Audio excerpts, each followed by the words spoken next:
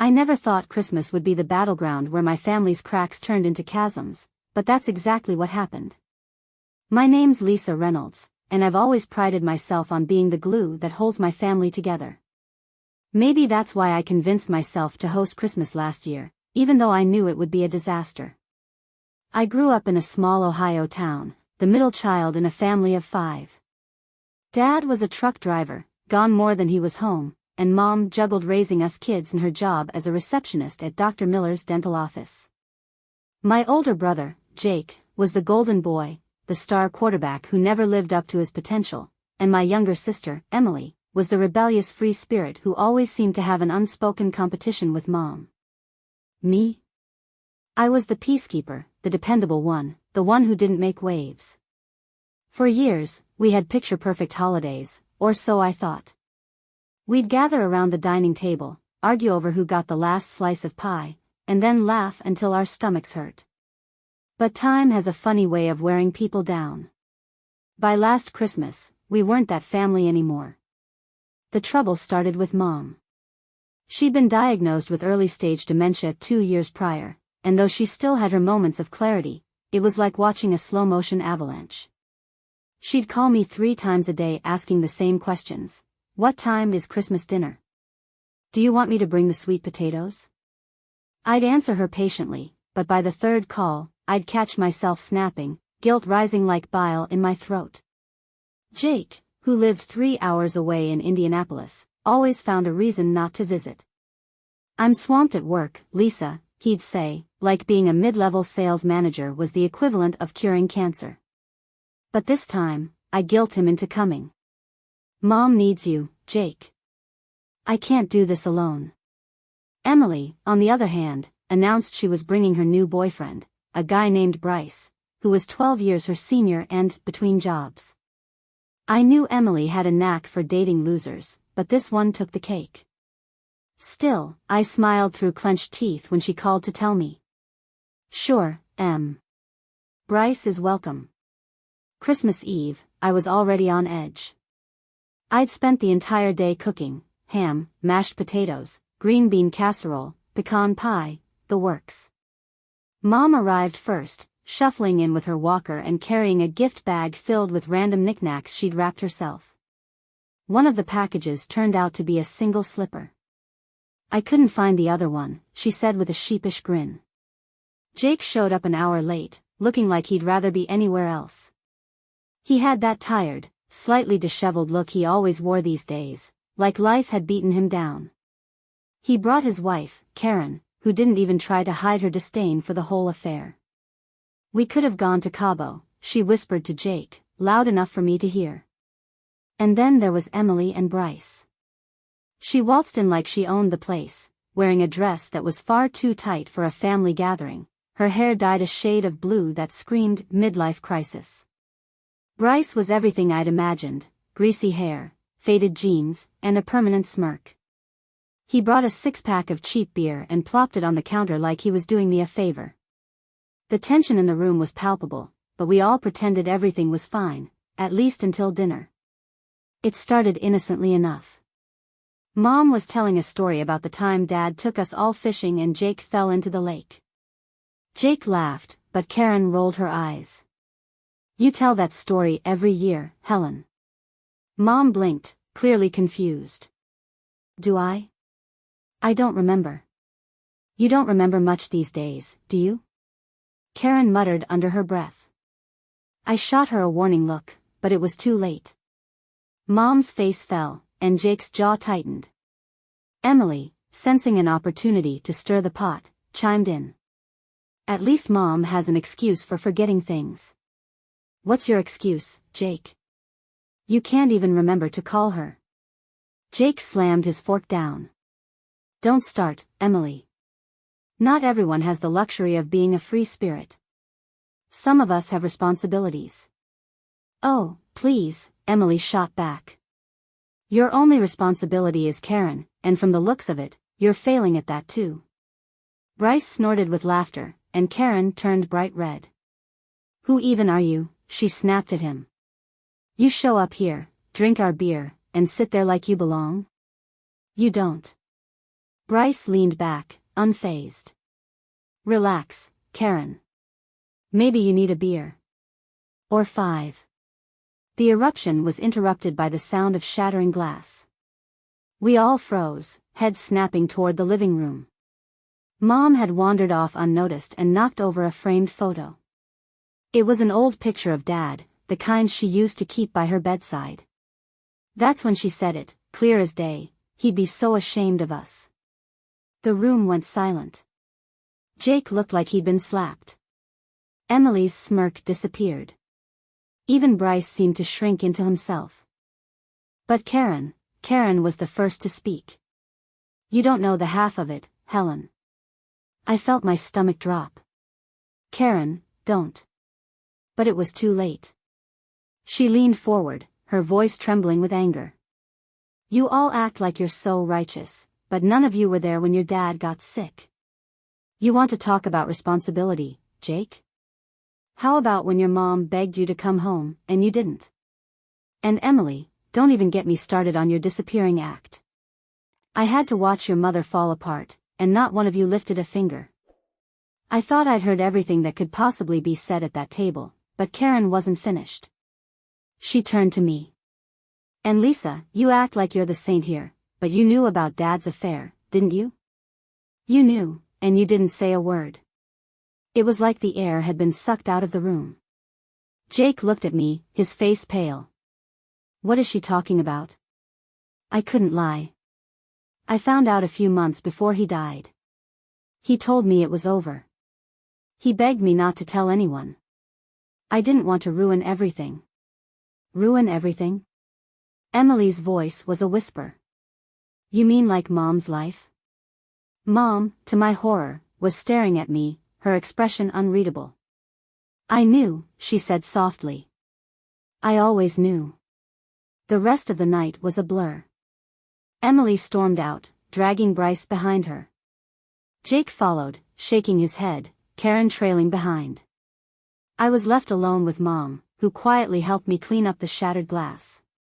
She looked at me as I handed her the photo of Dad. You tried to protect me, Lisa. But some things can't be protected. They just are. The twist came the next morning, after everyone had gone. As I cleaned up the gift wrapping, I found a letter tucked inside Mom's slipper. It was addressed to me, dated 3 weeks prior. Lisa. When you read this, you'll know the truth about your father. But there's something else you need to know. There's a reason I told you all to come together this year. Bryce isn't just Emily's boyfriend, he's your father's son. Your half-brother. I wanted you all to meet before I forgot for good. But now I'm not sure I made the right choice. Love. Mom. I still don't know what to do with that letter. Maybe I never will. But every Christmas, I read it again, hoping for some kind of answer. Some years, the silence is easier to live with than others. I sat there at the kitchen table, staring at the letter in my hands, trying to make sense of the words. Bryce? My half-brother? Emily's boyfriend? It felt like a bad soap opera. A terrible, cruel joke. But as I read the letter again, Mom's shaky handwriting filling me with dread, I realized something else. She wasn't wrong. There had always been something about Bryce, his crooked smile, the sharpness of his cheekbones, that reminded me of Dad. And now, knowing the truth, it all clicked into place. But what was I supposed to do with this information? Should I tell Emily? Should I confront Bryce? Or should I burn the letter and bury the truth with Mom? I didn't have much time to think. 2 days after Christmas, Emily called. Lisa, she said, her voice unusually soft. Bryce left. He took his stuff and just left. I couldn't hide my relief, though I tried. I'm so sorry, Em. Did he say why? No. But he left a note. Just 1 sentence. She paused, and I could hear her lighting a cigarette, a habit she'd picked up again after years of being clean. It said, I can't be here anymore. What the hell does that even mean? I swallowed hard, my mind racing. Did Bryce know? Had Mom told him before she forgot? Or had he figured it out on his own, sitting there at that disaster of a dinner, watching the cracks in our family grow wider by the second? Maybe he wasn't ready for all this, I said carefully. The holidays can be overwhelming. Emily snorted. Overwhelming? Try infuriating. But whatever. He's gone. I'm done with him. Her words hit me harder than I expected.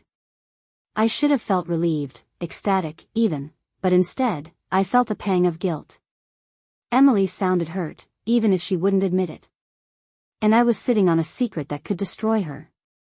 Weeks turned into months, and life went on.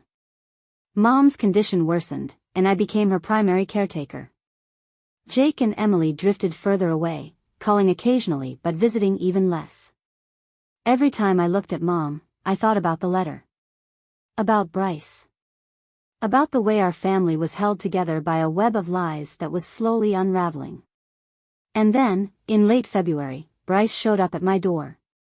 I froze when I saw him standing on my porch, a duffel bag slung over his shoulder, his face pale and drawn. "We need to talk," he said. I let him in, though every instinct told me not to.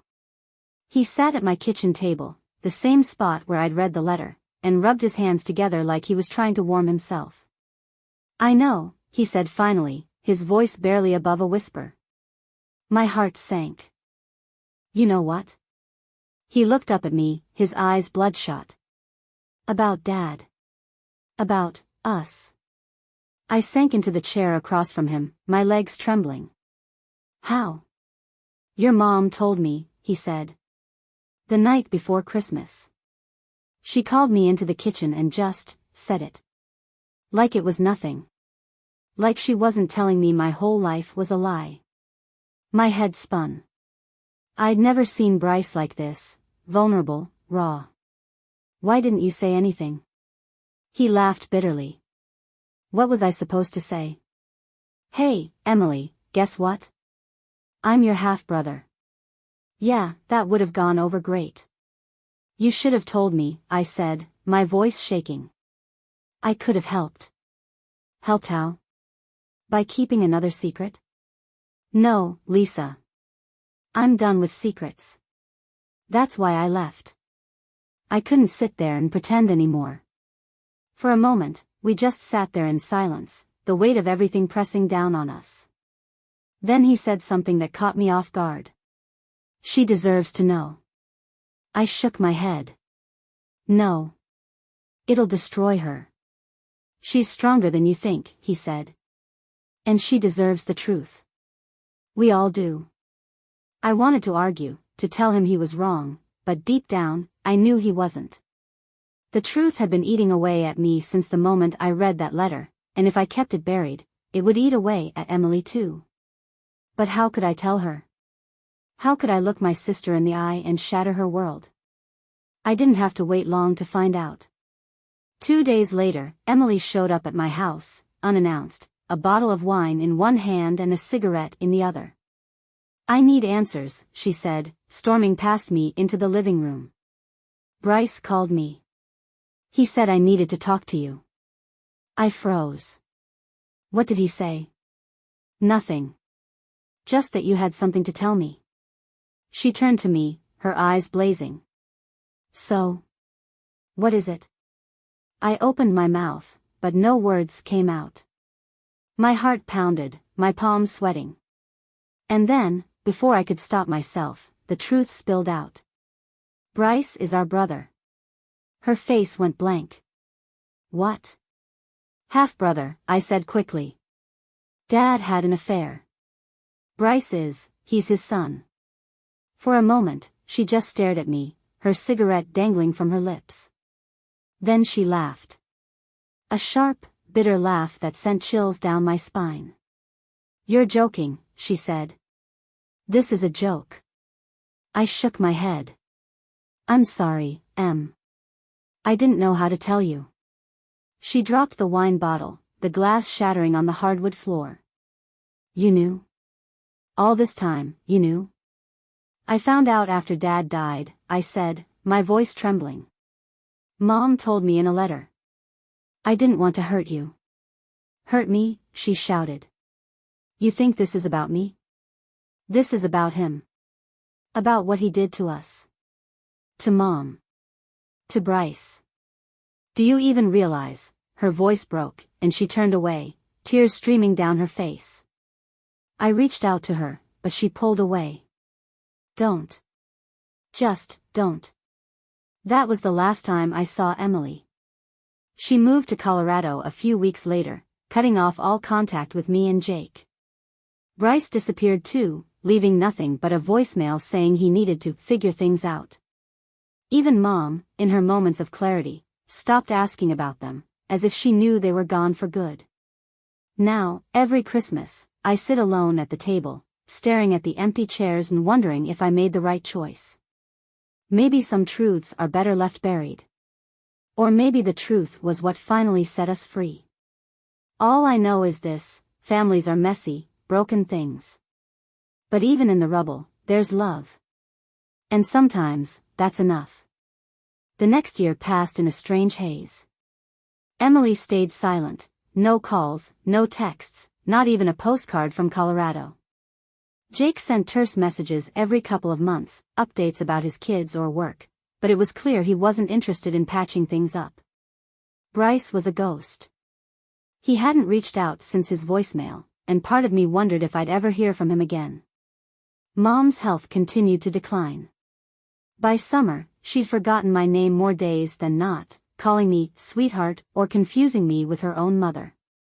It broke my heart, but I held on to the slivers of her that were still there, the way she'd hum old hymns while I made dinner, or the soft, fleeting smile she'd give me when the sun hit the window just right. Those moments were what kept me going. And then, in late November, something happened that changed everything. I was cleaning out the attic, preparing for the first Christmas I'd spend completely alone, when I found an old box of Dad's things. It was tucked behind some dusty holiday decorations, nearly buried under years of neglect. I hesitated before opening it, unsure if I was ready to face whatever was inside. The box was filled with the usual memorabilia: Polaroids of family vacations, a faded baseball glove, ticket stubs from a concert he and Mom must have gone to before we were born. But at the bottom of the box was something unexpected: a stack of letters, bundled together with a fraying piece of twine. They weren't addressed to Mom. They were addressed to someone named Sarah. My hands shook as I untied the bundle and began reading. The first letter was dated 1982, a year before I was born. It was written in Dad's unmistakable scrawl, the words messy but heartfelt. Sarah. I can't stop thinking about you. I know what we're doing is wrong, but I don't know how to stop. I've never felt this way before, not even with Helen. You make me feel alive. I don't know how long I can keep living this double life, but for now, it's the only way I can have you. Please, don't give up on me. Always. Tom. My breath caught in my throat. This wasn't just an affair. This was love. And judging by the dates on the letters, spanning more than a decade, it wasn't a fleeting fling either. As I read on, a horrifying realization began to dawn on me. One of the later letters mentioned a son. A boy named Adam. Sarah. I'm sorry I missed Adam's birthday. I wanted to be there, but you know how complicated things are. He's getting so big. I saw the picture you sent, and he looks just like you. I promise I'll make it up to him. Someday, I'll find a way to make this right. Adam. Not Bryce. Adam. I spent the rest of the night piecing it together. Bryce wasn't Dad's only secret child. There was another, a boy named Adam, who must have been older than all of us. And Mom. Mom must have known about him too. But where was Adam now? Did he know about us? Did he even know about Dad? And why had Dad hidden him so completely from our lives? I wrestled with the decision for days. Part of me wanted to bury the letters, to shove the box back into the attic and pretend I'd never seen it. But another part of me, the part that had spent the last year choking on half-truths and buried secrets, knew I couldn't. Not this time. So, I did the only thing I could think of. I hired a private investigator. It didn't take long for the investigator to track Adam down. He was living in Cincinnati, just 2 hours away, working as a high school history teacher. He was married with 2 kids, his life seemingly picture-perfect. But when I saw the photo the investigator sent me, my heart stopped. Adam looked exactly like Dad. The same square jaw, the same deep-set eyes, even the same lopsided grin. There was no doubt in my mind, this was my brother. But the question remained, what now? Did I reach out to him? Did I tell him the truth, or would I just be dragging him into the same mess that had torn our family apart? In the end, I decided to send a letter. It was safer, less intrusive. I told him who I was, how I'd found the letters, and that I believed we were siblings. I wasn't sure if he'd respond, or if he'd even believe me, but it was the only way I could move forward. Weeks passed with no reply. Christmas came and went, a lonely, quiet affair with just me and Mom. I was beginning to think Adam had decided to ignore me, to bury the truth the way Dad had, when a letter arrived in the mail. It was from Adam. His letter was short, but it hit me like a freight train. Lisa.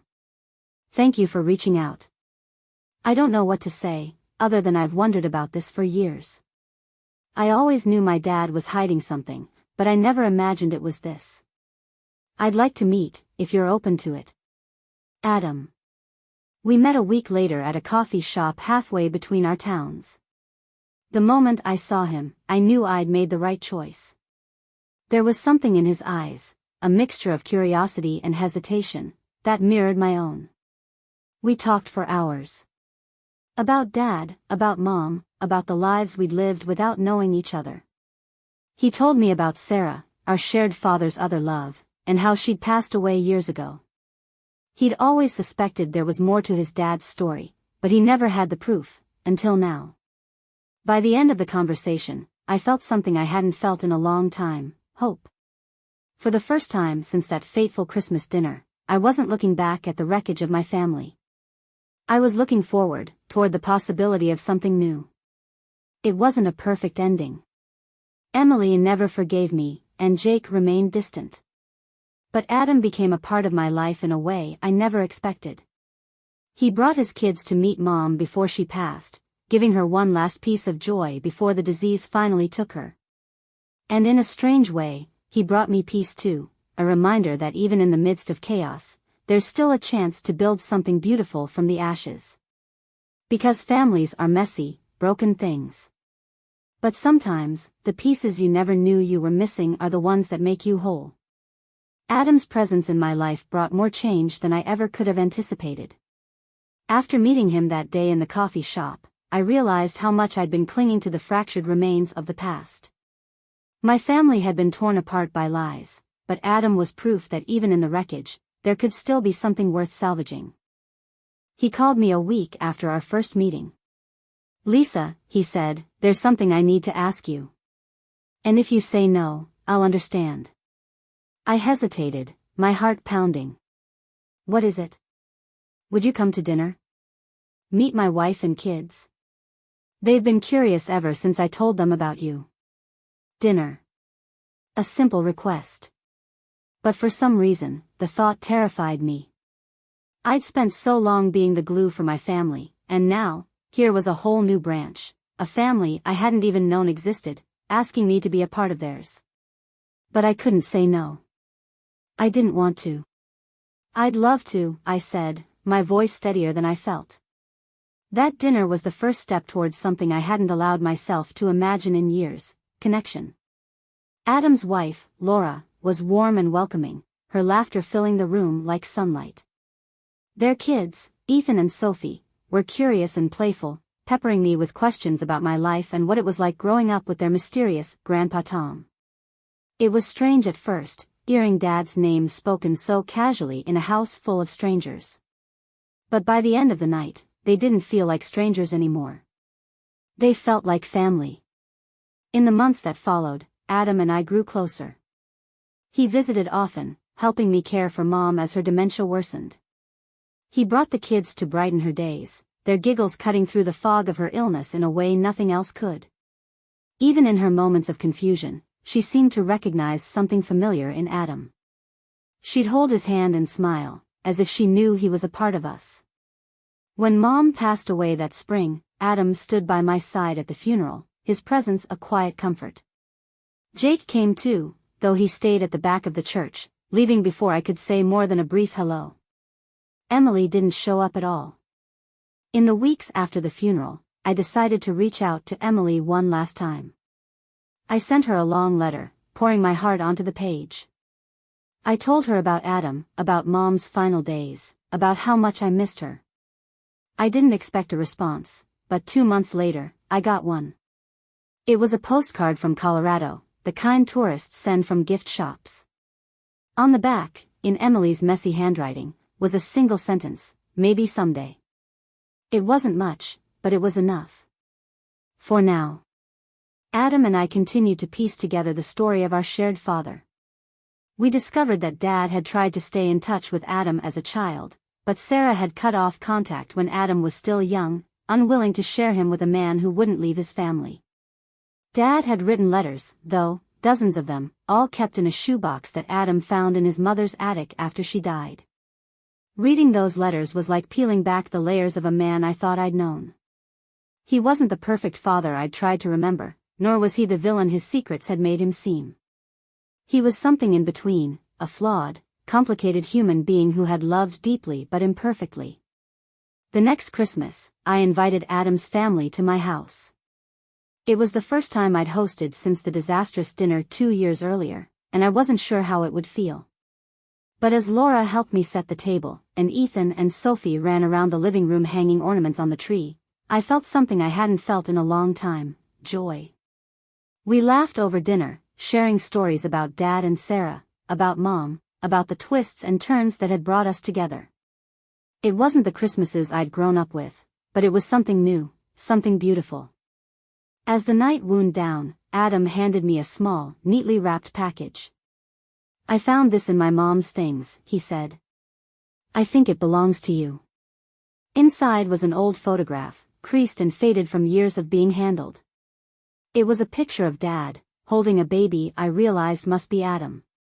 He was smiling in a way I'd never seen before, unguarded, genuine. On the back, in Dad's handwriting, were the words, "My 2 families, my 2 hearts." Tears filled my eyes as I held the photo. For so long, I'd thought of our family as broken, ruined by secrets and lies. But in that moment, I realized something: we weren't broken. We were messy, yes. Complicated. But we were still here. Still standing. And maybe that was enough. This Christmas, I'll set an extra place at the table. Not for Mom, or for Dad, or for anyone we've lost along the way. But for Emily. For Jake. For the hope that someday, they might find their way back. Because families are messy, broken things. But if you're willing to fight for them, to forgive, to let go of the past and embrace the future, sometimes they can surprise you. Sometimes, they can be whole again.